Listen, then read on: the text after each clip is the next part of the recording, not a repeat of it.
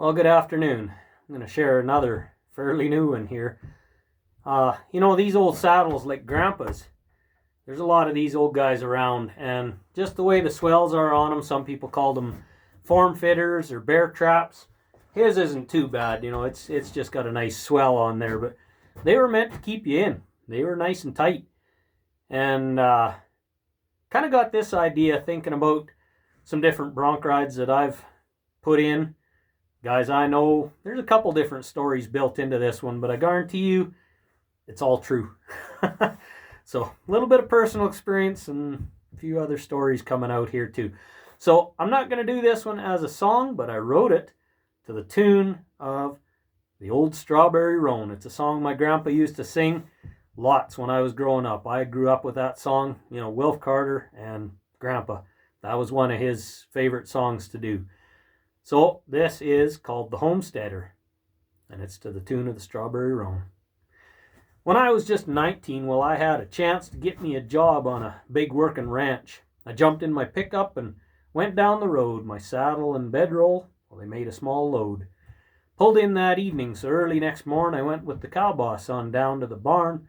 There in the horse corral, built like a ring, was a little group of horses, my own saddle string.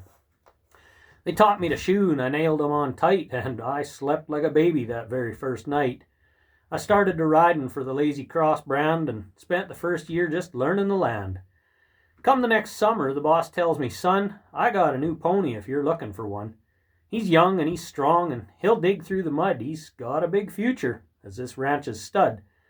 Well, there in the stud pen, the small sorrel stood. At just a quick glance, he looked pretty good. Had socks on all four and a blaze to his lip, with a small Maltese cross on his lower left hip. That day in the round pen, I got the chance to see if that pony could learn how to dance. We went right to work. He was easy to train. It's surely a joy when that colt's got a brain. In just a few weeks, he was ready for work, and once out of the round pen, no duty we'd shirk.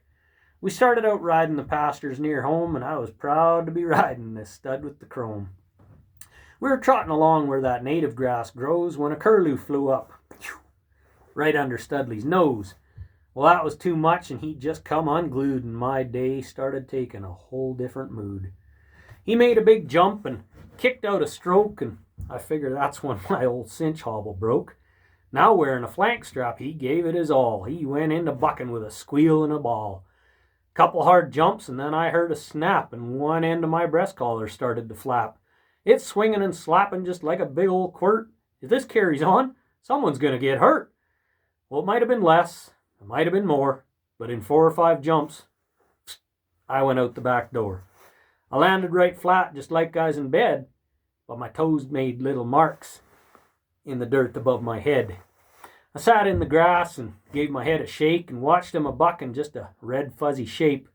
My glasses had fallen somewhere in the grass, and when that stud had unloaded and pancaked my partner rode over to see if I'd live. And we both watched young Studley his last few jumps give. I got to my feet when I thought I could stand. It sure was shaky, this new piece of land. I caught up my pony and patched up my tack, then carefully stepped up on young Studley's back. We started off easy, and in no time at all, I'd rode him and worked him till late in the fall.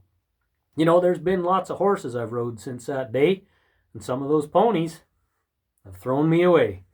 They say when we're older, some things leave our head, but I'll always remember the day I took my homestead. Talk to you later.